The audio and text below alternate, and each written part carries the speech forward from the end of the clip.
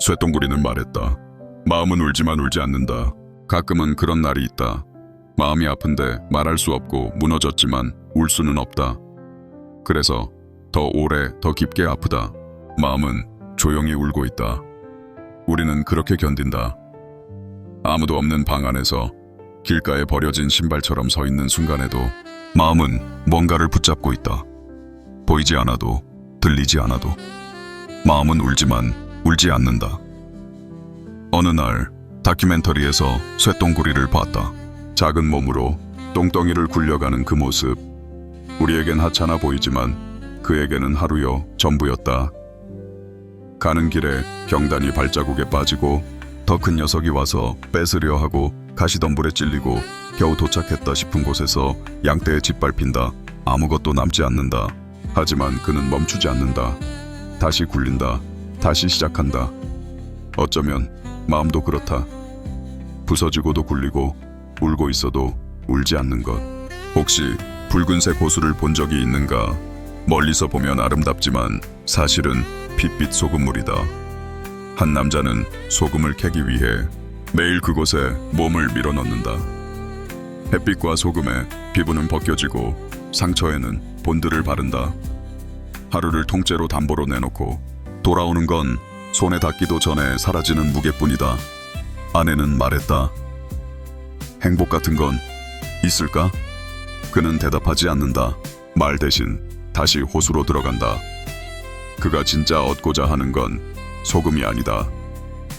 말 없는 고단함을 품고 침묵 속에서 멀어지는 마음을 붙잡으려는 것이다. 시인 정호승은 말했다. 슬픔을 견디며 피어있는 너를 보면 세상의 어떤 위로도 사치라는 생각이 든다. 그의 하루가 그렇다. 울지 않기에 더 간절한 마음이었다.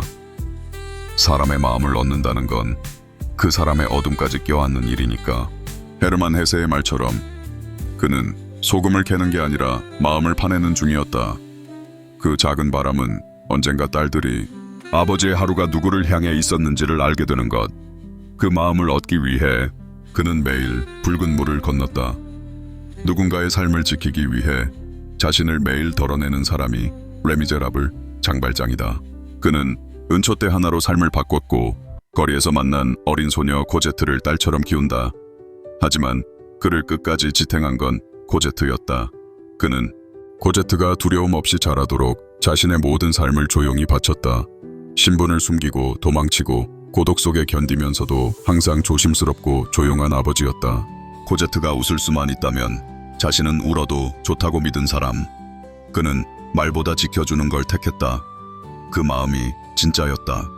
삶은 종종 외통수처럼 느껴진다. 벗어날 길이 없고 어디로 가야 할지도 보이지 않는 날. 어느 갈치잡이 선장에게 갈치를 잘 잡는 법을 묻자 이렇게 말했다. 고기가 물 때는 놀지 말고 잡아야지. 그 말은 지금 이 순간에 충실하라는 말처럼 들렸다. 하루하루를 성실히 살아내는 사람에게 희망은 어느 날 생각지도 않은 물림처럼 찾아온다. 그래서 길이 없어 보여도 나는 오늘의 파도를 저버리지 않기로 한다. 우리는 모두 누군가의 눈엔 작고 더럽게 보일지 모를 것을 묵묵히 굴리며 살아간다. 부서지고 찢기고 짓밟혀도 다시 굴린다. 다시 살아간다. 가장 낮은 곳에서 가장 간절한 마음이 생긴다. 마음은 웃게 해주는 사람에게 간다고들 하지만 어쩌면 마음은 울지만 울지 않는 사람에게 더 향한다. 말없이 견디는 사람, 스스로는 무너져도 끝까지 곁에 남는 사람. 그래서 그는 오늘도 침묵으로 하루를 굴린다. 마음은 여전히 울고 있지만 그는 울지 않는다. 그래서 끝내 그는 마음을 얻는다.